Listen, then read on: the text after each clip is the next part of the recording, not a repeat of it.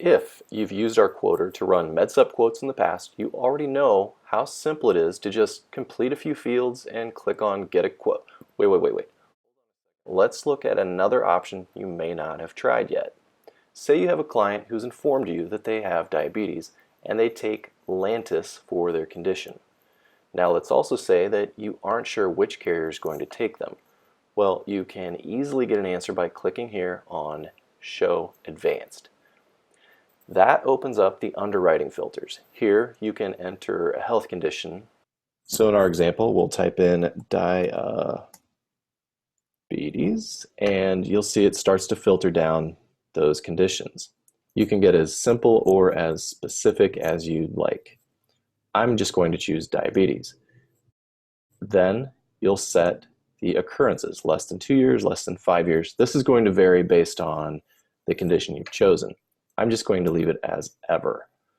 And the next step is to click Add Filter, which of course adds the filter. Next, we know our client is taking Lantus, so let's type in L-A-N-T, there it is, Lantus. What condition is that associated with? Type 1 diabetes. Then again, we click Add Filter, which adds the filter. With that done, now you can click on the Get a Quote button to see a list of the carriers who will still accept your client.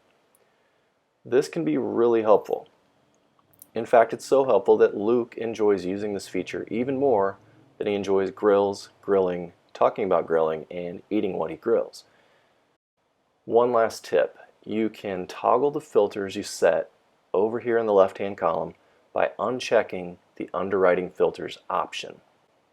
Check, uncheck, check, uncheck. So now, when you aren't sure where to place a client, you can call Luke and ask him.